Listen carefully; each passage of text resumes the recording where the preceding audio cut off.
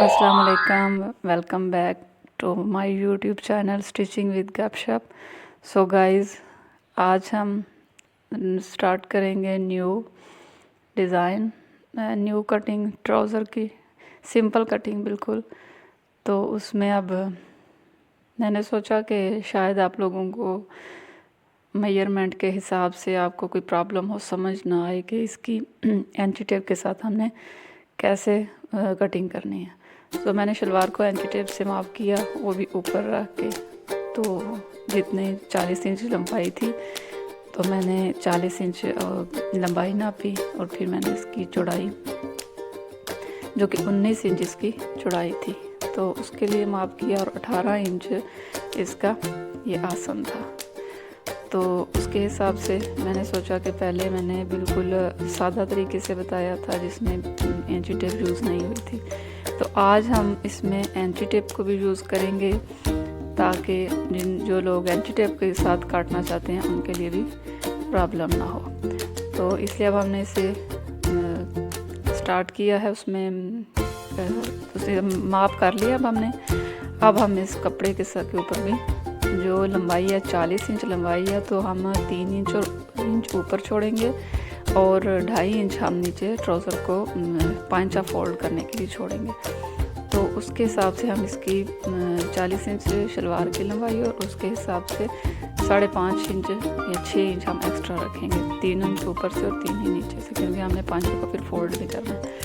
तो इसलिए अब हमने इसकी लंबाई नाप के उधर हमने निशान लगा लिया, और अब हम इसकी चौड़ाई भी नापेंगे। और इस कपड़े की जो अपनी चौड़ाई थी वो कम थी, तो फिर जब कपड़े की चौड़ाई कम हो तो उसके अंदर फिर हम थोड़ा सा एक्स्ट्रा कपड़ा लगा के अपनी ट्राउज़र की लंबाई को पूरा कर लेते हैं। तो इसलिए अब हमने इसे ये चौड़ाई मापी, तो इसकी ये चौड़ाई शलवार की चौड़ाई से कम थी, इसलिए अब हमने इसके साथ एक्स्ट्रा कपड़ा लगाने के लिए इसके हम दूसरा कपड़ा लगाएंगे जो कि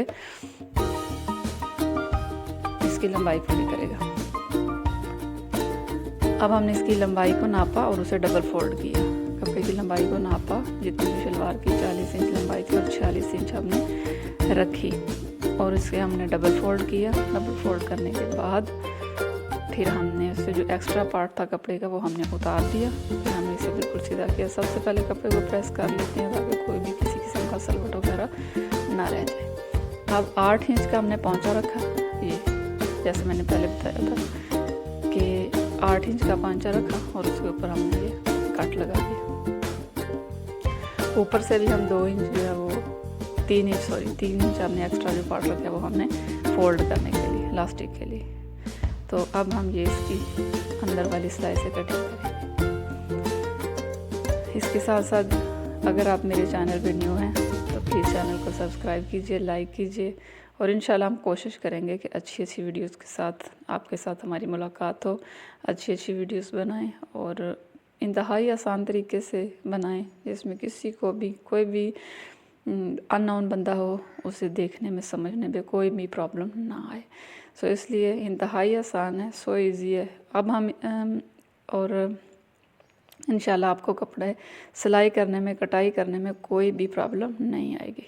इंशाल्लाह हम अगली वीडियो में ये जो कटिंग कर रहे हैं कपड़े इनकी हम स्टिचिंग भी करेंगे, सिलाई भी करेंगे, और इंतहाई आसान और क्लियरली आपको पता चलेगा कि बंदा सोचता है कि ये कपड़े सिलाई करना इतना आसान काम है।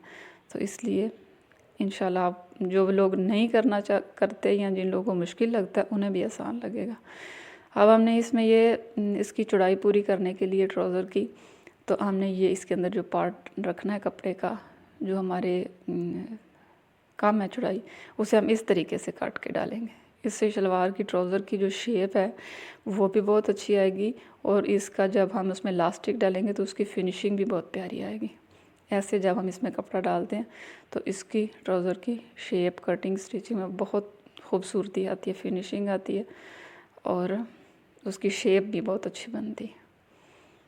इस तरीके से हम ऐसे बिल्कुल हम कपड़े को साथ रख के, तो फिर अब हम इसकी मज़ीद शेप दे के कटिंग करेंगे ये वाली। इंशाल्लाह बहुत आसान है ये काम, मुश्किल नहीं है, लेकिन हर बात को, कोई भी काम हो तो जब हम उसे बार बार उसकी हम वो नहीं करेंगे, रिवाइज़ नहीं करेंगे। जब सबक भी याद करें, बुक भी पढ़ें, तो जब बार बार रिवाइज़ नहीं करेंगे तो हमें सबक याद नहीं होता।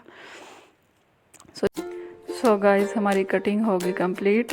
तो इंशाल्लाह नेक्स्ट मिलेंगे आपसे नई वीडियो के साथ। आपसे रिक्वेस्ट है कि चैनल को सब्सक्राइब कीजिए, वीडियो को लाइक कीजिए और दोस्तों के साथ शेयर कीजिए। इंशाल्लाह हम आपके लिए अच्छी अच्छी वीडियोस लेकर आते रहेंगे और आप हमारे साथ कोऑपरेट करिए। इंशाल्लाह हम आपको इंतहाई आसान और मुनफरिद तरीके से स्टिचिंग सिखाएंगे और आपको देखने को मिलेगी। और इंशाल्लाह सब दोस्तों से ये अपील है कि कोई भी काम मुश्किल नहीं होता, जो भी काम हो उसे दिल लगा कर करें। थोड़ी सी तवज्जो की ज़रूरत होती है, तो जैसे दिल लगा कर करें। और इंशाल्लाह फिर मिलेंगे, तब तक के लिए अल्लाह हाफिज़।